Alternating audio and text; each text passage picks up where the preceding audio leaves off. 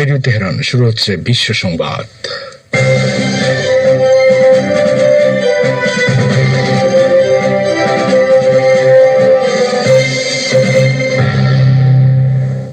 প্রথমেই জানিয়ে দিচ্ছি সংবাদ শিরোনাম।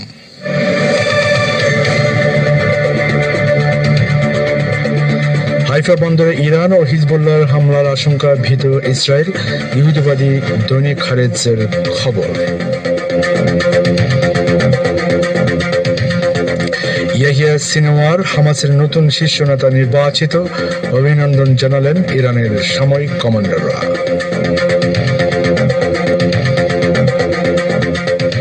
ডক্টর ইউনূসের নেতৃত্বাধীন অন্তর্বর্তী সরকারে 17 জন উপদেষ্টার মধ্যে 14 জনের শপথ দপ্তর বন্টন। এবং ডক্টর ইউনূসকে শুভেচ্ছা জানালেন নরেন্দ্র মোদী, শাহবাজ শরীফ সহ আরো বহু নেতা। ইরানের প্রশাসন সংবিধান মেনে নির্দিষ্ট সময়ের মধ্যে নির্বাচন সম্পন্ন করে জনগণের ভোটে নির্বাচিত প্রেসিডেন্ট ডক্টর মাসুদ পেজিশকিয়ানের হাতে দায়িত্ব তুলে দিতে সক্ষম হয়েছে। এবারের প্রেসিডেন্ট নির্বাচনে মাসুদ পেজিশকিয়ান ছিলেন রিফর্মিস্ট বা সংস্কারকামী ধারার প্রার্থী। এ কারণে তার সরকারে সংস্কারকামী ধারার ব্যক্তিত্বদের উপস্থিতি বেশি লক্ষ্য করা যাচ্ছে। এখন প্রশ্ন আসতে পারে, ইরানে রাজনৈতিক ধারা ও দল কয়টি? আলোচনার এই পর্যায়ে চলুন সংক্ষেপে এ বিষয়ে আলোচনা করা যাক।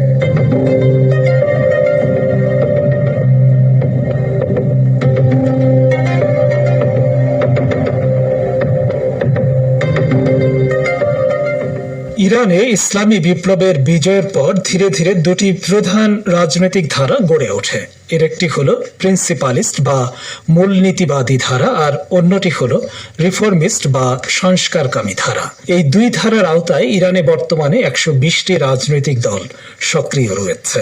এসবের মধ্যে 33টি দল আঞ্চলিক আর জাতীয় পর্যায়ে সক্রিয় রয়েছে 87টি দল। ইরানের প্রেসিডেন্ট, সংসদ ও বিশেষজ্ঞ পরিষদ নির্বাচনে এই দুই ধারার মধ্যেই ঘটে প্রতিদ্বন্দ্বিতা। ইরানের সংস্কারকামীরা প্রচলিত ইসলামী রাজনৈতিক ব্যবস্থার কাঠামো বজায় রেখেই কোনো কোনো ক্ষেত্রে সংস্কার আনার চেষ্টা করেন। তাদের দৃষ্টিভঙ্গি হলো মৌলিক কাঠামোই আমূল পরিবর্তন না আনলেও কিছু সংস্কার জরুরি এবং এসব সংস্কারের মাধ্যমে সমাজের বিদ্যমান অবস্থায় পরিবর্তন আনা সম্ভব। এর ফলে মানুষের প্রত্যাশাগুলোকে সহজেই বাস্তবায়ন করা সম্ভব হবে। সংস্কারের মাধ্যমে সরকারের উপর মানুষের আস্থা ধরে রাখা সম্ভব হবে। এই চিন্তাধারা গড়ে উঠেছিল 1990-এর দশক এবং এর পরবর্তী এক দশকে।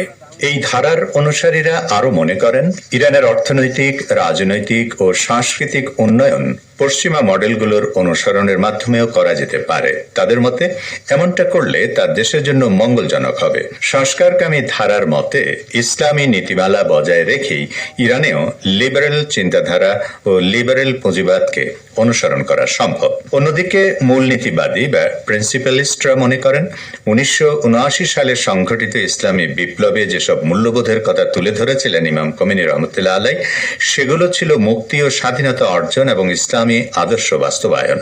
তাদের মতে সেই নীতি আদর্শই এখনো অনুসরণযোগ্য এবং পশ্চিমা মডেলগুলোর অনুসরণ না করেই ইরানের অগ্রগতি ও উন্নয়ন সম্ভব। পশ্চিমা মডেল অনুসরণ না করার পক্ষে তাদের অবস্থান। অবশ্য বিগত বছরগুলোতে এ দুই ধারার মধ্যেও কখনো কখনো উগ্র ও পরস্পর বিরোধী অবস্থান গ্রহণকারী ব্যক্তিদের উত্থান ঘটেছে। এ কারণে দেখা যায় কিছুকাল পর জনগণ তাদের পরিত্যাগ করেছে।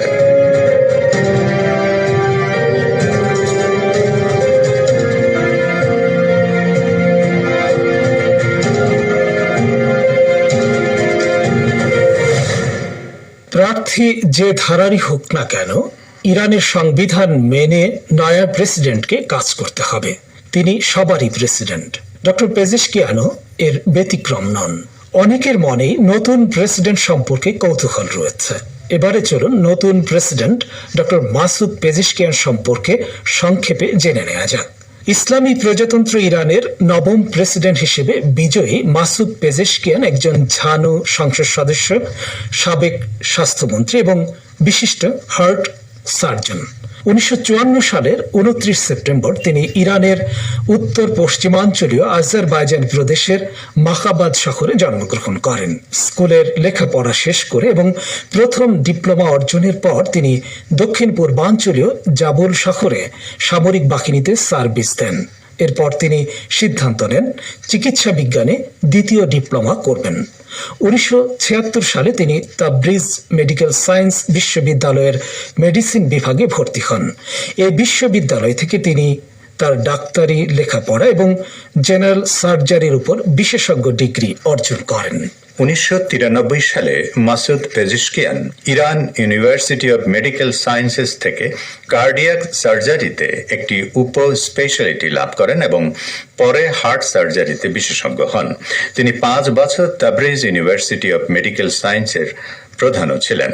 2001 থেকে 2005 সাল পর্যন্ত প্রেসিডেন্ট মোহাম্মদ খাতামের প্রশাসনে পেজিশকিয়ান স্বাস্থ্যমন্ত্রী হিসেবে দায়িত্ব পালন করেন। ইরানের জাতীয় সংসদে তিনি কয়েকবার সংসদ সদস্য নির্বাচিত হয়েছেন, তবে প্রথমবারের মতো সংসদ সদস্য হিসেবে পার্লামেন্টে প্রবেশ করেন 2008 সালে। 10ম জাতীয় সংসদে তিনি উপ স্পিকার হিসেবে দায়িত্ব পালন করেন এবং চলতি বছরের প্রথম দিকে যে সংসদীয় নির্বাচন অনুষ্ঠিত হয়েছে তাতে তিনি আবারও তাবরিজের প্রতিনিধি হিসেবে বিজয়ী হন।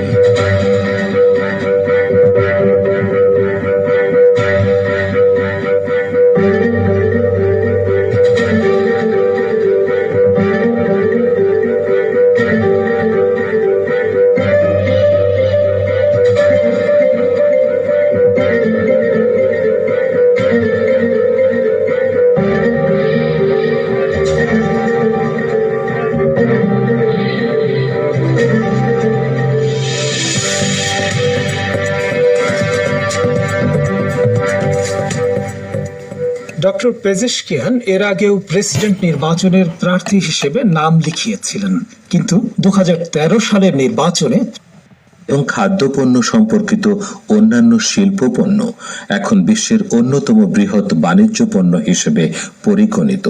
বিশ্বব্যাংকের মতো আন্তর্জাতিক সংস্থাগুলো ভবিষ্যৎবাণী করেছে যে 2050 সালে বিশ্বের জনসংখ্যা দাঁড়াতে পারে 900 কোটিতে।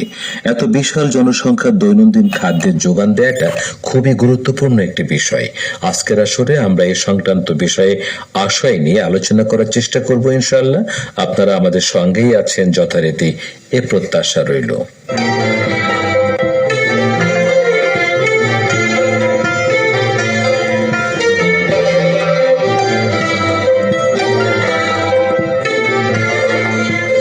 বিশ্বের এই যে বিশাল জনসংখ্যার কথা বলা হলো, তাদের বিভিন্ন ক্ষেত্রে ন্যূনতম মানসম্মত জীবনযাপন নিশ্চিত করার প্রয়োজনে বিশেষ করে শতকরা অন্তত 50% খাবার বেশি উৎপাদন করতে হয়। অথচ এখন বিশ্বের কৃষিভূমি, জীববৈচিত্র্য, সমুদ্রগুলো, বনাঞ্চল সহ সকল প্রাকৃতিক উৎসই এখন ব্যাপকভাবে ক্ষয়ে যাচ্ছে, নষ্ট হয়ে যাচ্ছে।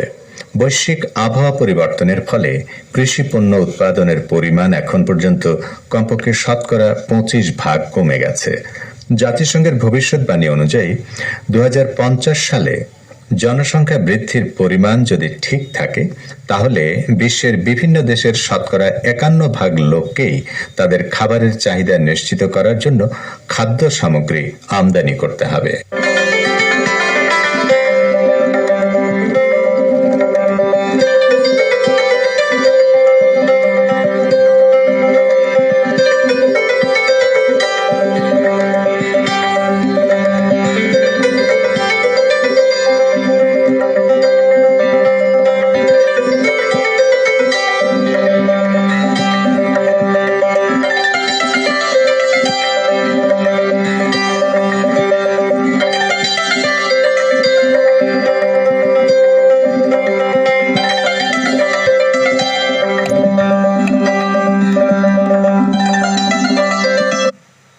সেগুলোকে স্বাস্থ্যসম্মত প্রক্রিয়ায় রক্ষণাবেক্ষণ করা, প্যাকিং বা মোড়কে বাঁধা ইত্যাদি সবকিছু।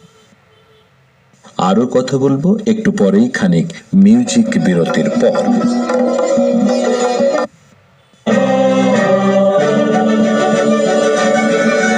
ইরান ইরাক যুদ্ধের ইতিহাস।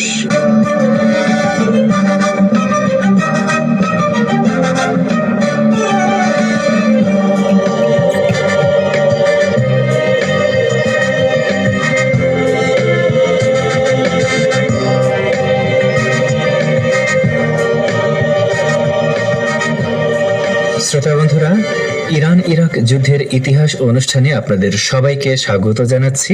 আমি রেজওয়ান হোসেন ও আমি গাজী আব্দুর রশিদ। আশা করছি আপনারা প্রত্যেকে ভালো আছেন। গত আসরে আমরা আগ্রাসী ইরাকি বাহিনীর অবরোধ থেকে ইরানের দক্ষিণাঞ্চলীয় আবাদান শহর মুক্ত করার অভিযান সম্পর্কে আলোচনা করেছিলাম। তারই ধারাবাহিকতায় আজ আমরা ওই অভিযানের পরিকল্পনা প্রণয়ন ও তাতে শহীদ হাসান বাকিরের ভূমিকা সম্পর্কে কথা বলবো। আশা করছি শেষ পর্যন্ত আপনাদের সঙ্গ পাব।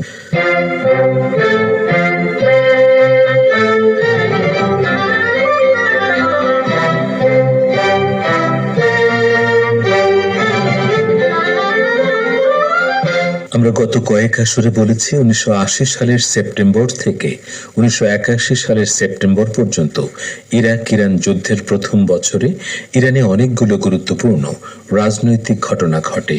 এই এক বছরে বিপ্লবপন্থীদের ভিড়ে মিশে যাওয়া বহু রাজনৈতিক নেতার স্বরূপ উন্মোচিত হয়ে যায়।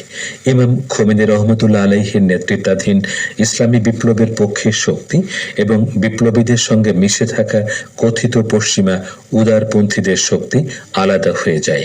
ইরানের প্রথম নির্বাচিত প্রেসিডেন্ট বনি সাদর ইসলামী বিপ্লব বিরোধী মুনাফিকিন গোষ্ঠীর নেতার সঙ্গে ফ্রান্সে পালিয়ে যান।